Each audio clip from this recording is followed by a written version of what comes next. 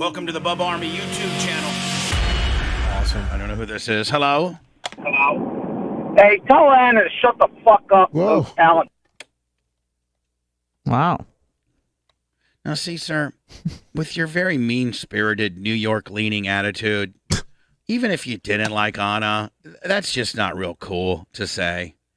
And if I ever find out who you were, I'm just gonna ban you, or have Iggy kill you, or both. Yeah, stop with that mean-spiritedness. Anna is here to stay. We love her. Mm-hmm. We love her weirdness. We know her deal. We know how weird she is. We know her. We just love her. She's just, we like her. She's not an experiment anymore. It's not touch or go. She's part of the team. She's one of the boys. Absolutely.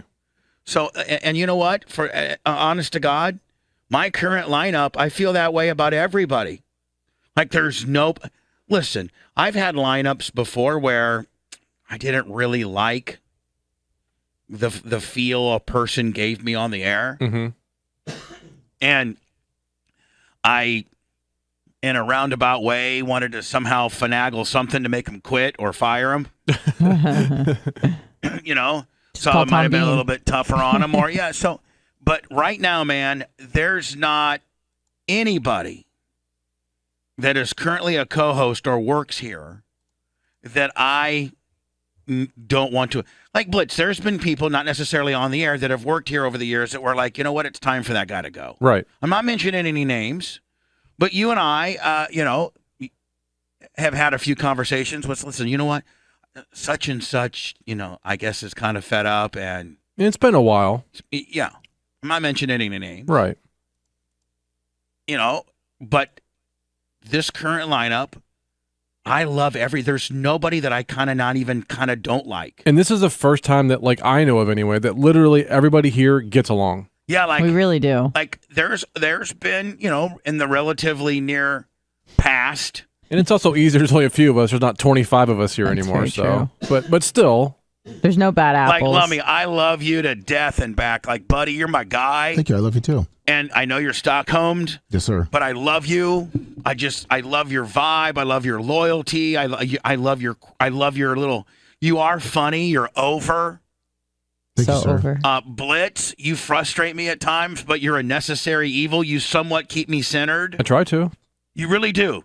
You somewhat keep me. Now, sometimes you piss me off, but I think that when you're pissing me off, and then then you back it down. I try. Yeah. But I don't do it to piss you off, and it's always hopefully to benefit you and the company. So I know, and I want you to know that I'm hardest on you. I flip out on you, but you and I also have a dynamic where I think you're the only guy that can deal with it. Right. I could not talk to Anna in the manner I talk to you. No. You're my way to Skyway. You're my guy. You're my guy. You really are. Even though we fight like brothers sometimes, and sometimes I'd be like, God damn it, Blitz, back it down a notch. I'm tired of bullshit. I know. And you're like, okay, I'm sorry. Listen. And then Blitz gets out of character, and he talks to me like a friend. He's like, hey, bro, for real. I'll work on that. And man, I want you to know how appreciative I am. I'm so happy at my job. I love this job. Yep. I love the people I work with. And you know what? If I'm pissing you off, sorry. Yeah, tell me. I'm like, okay, buddy. Yeah. Then I see Blitz the next day, and it's like nothing happened. I'm like, hey, buddy, so how'd that cricket from UT go? The stuff we talk about. Sure. And like Anna, I absolutely, I'm so thankful that Cox is so inept. Me too. That they didn't realize that if somebody would work with you, you could be a good air personality, and that you are probably being jobbed out with people that you're more talented than. Yep. As a host. And, they didn't need to just make you a host all of a sudden, but shame on them for, hemming you up on some stupid stuff to get rid of you, because they didn't know that if somebody would work with you, you're pretty funny, and you're actually, you're very intelligent. Thank you. You're well read, and you have you're necessarily as messed up in the head as you would need to be to be a good host. Thank you. Good hosts aren't normal people. No. You think I'm one of the best radio hosts ever, and I am a goddamn hot mess. I was talking to Anna the other day about this, and I don't want to mention any names or hint or anything, But I said there's a guy that I know that like technical wise, as far as like prep and stuff, he knows the stories better than Bubba. And like as far as that goes, like he's better at doing the story part. I said, but he doesn't have the craziness that Bubba has that got him where he's at. And if you didn't have that, you'd be nowhere. Like part of, I think, my entertaining factor about myself is how brilliant but yet stupid, but how I perceive things Absolutely. and how I monologue and just my opinion overall on stupid stuff and some important stuff too. You're the funnest person I know, on and off the air. Well, thank you. That makes you a fantastic host. And so, like, I got to be honest with you. I think that I'm probably, as a host, as talented as Howard Stern. There's no question. Mm-hmm. And, absolutely. And I got to tell you, the radio industry better keep keeping me down because I've really, really evolved as a host, and it's taken this new lineup to have me evolve into what I've become. Mm-hmm. As I've, evolved. I mean, just as Anna, you've gotten better and evolved as a radio host, and Blitz, you've gotten better as a co-host, and Lummy, I continue to, although I think I'm a very good co-host, my show morphs into different types of shows based on who I surround myself with. Sure. Have to. And this current lineup has brought out kind of a, I don't know, political yet funny, cynical, self-deprecating slant, if you will. And there's nothing like it. It's not anything like Joe Rogan. It's not anything like Howard Stern. There's no other radio show, The Woody Show from L.A., Lex and Terry, Bob and Tom, all these men skewing shows. None of them have this our current dynamic. And you haven't just evolved with the people on the show. You've evolved with the times as well. And you've had to do that. And the dynamic of the business. Right. I've had to switch out of the only way you can really make any money is you get the big time terrestrial contract mode and get scrappy with how I distribute my content.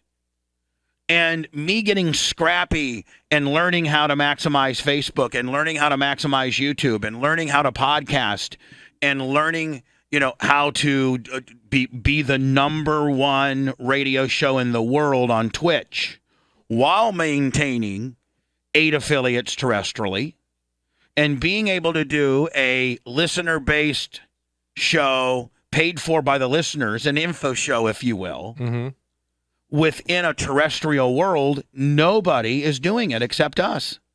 And so what regular radio better keeping me down, because if I ever get a break on a real big station, it's over. Yep. It's monkey see, monkey do in radio, and right now I'm blackballed from radio for some stupid stuff.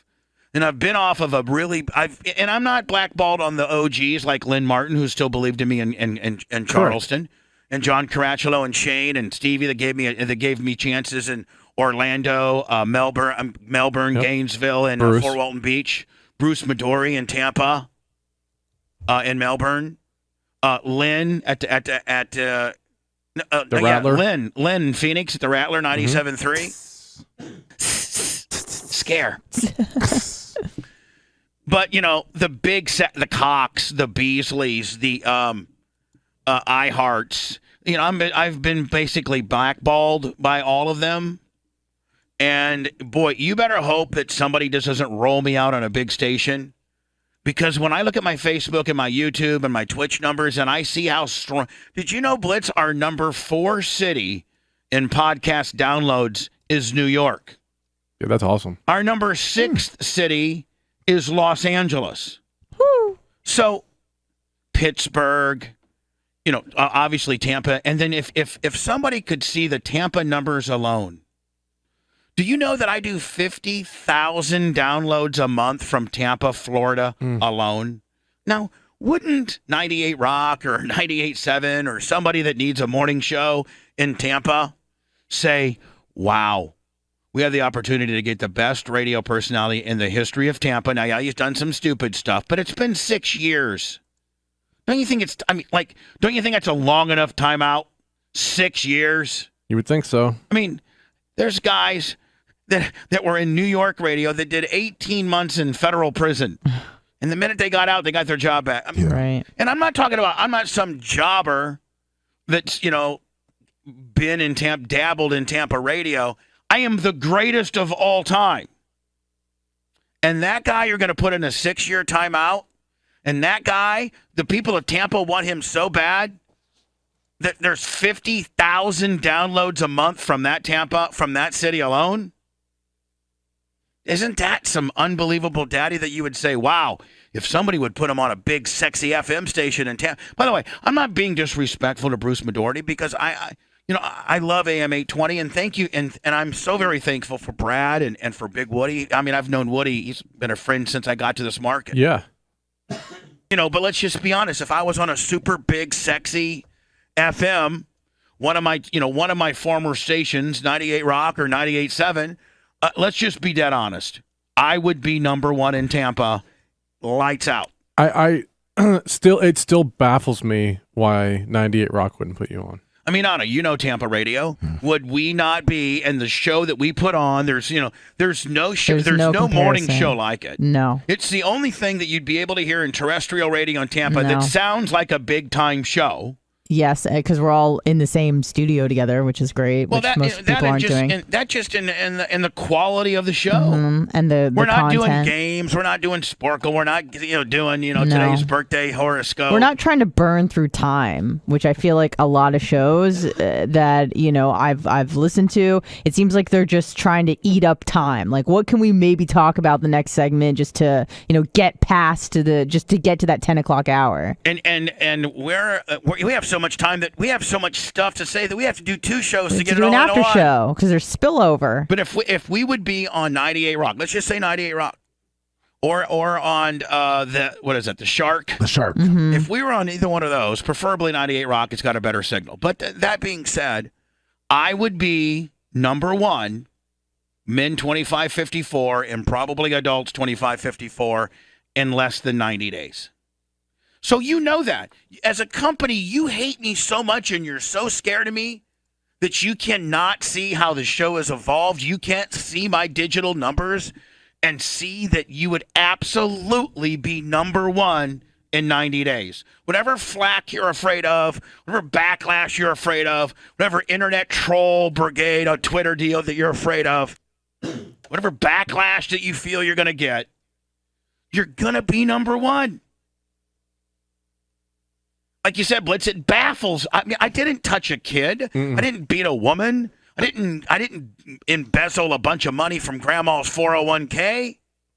I got caught up in some stupid stuff that didn't hurt anybody but myself. Right? Who did I hurt? Who did I hurt in what I've been charged with? Yourself. Myself. Who else? What other victims are there? I could be a New York guy, swindle $5 million out of investors, go do 18 months in federal prison, and get my afternoon drive slot back and parade it around like you're the man. Mm-hmm. Hello, who's this? Hey, Jim in St. Louis. Hi, Jim.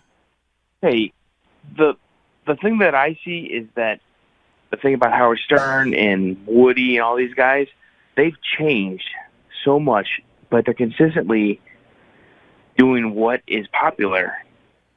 But hold on, buddy. I've changed too. I don't do the girls sitting on Sibians and the Squirt Olympics and things like that. I've changed too, but I still have a Bubba cynical approach and delivery of my content. And it's not you. That's what I was trying to say. It's not you. It's them. They're not, like, the companies are not biting onto it because of all the crazy shit stuff that has happened in the past. Am I fair? You're good. No, yeah. I mean, you're on. Okay. I dumped you, but you're good. You're still on the air. But we gotta go quickly. Okay, I will talk to you later. See you later, buddy. Bye. Never actually crossed the line and did something that But this guy, I never for the life of me understand how this guy survived all this nonsense. I'm like, what?